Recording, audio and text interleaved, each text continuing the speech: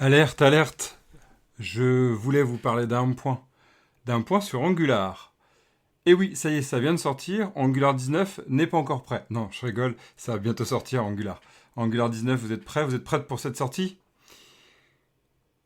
Ici Evan Boissonneau de la chaîne Curious Academy. Je vais vous parler d'un point de Angular qui vient d'être annoncé il y a cette semaine en fait.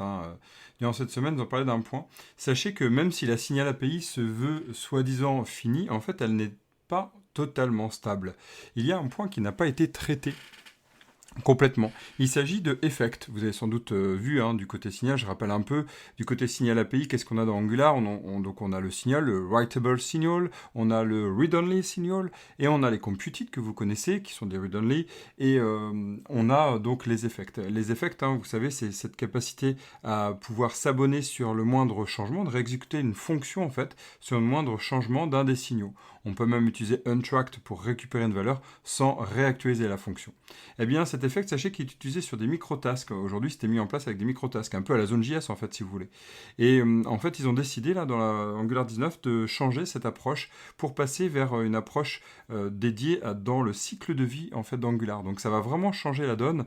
Ça va corriger, il disait, plus d'une centaine de bugs, centaines d'issues, directement comme ça avec ce choix-là. Donc, on voit bien qu'ils tâtonnent encore dans les choix d'Angular sur la partie signaux. Donc, méfiez-vous de cette partie-là. Si vous avez déjà utilisé les effects, je sais qu'il y a des personnes qui qui se sont engouffrées dans la partie effect.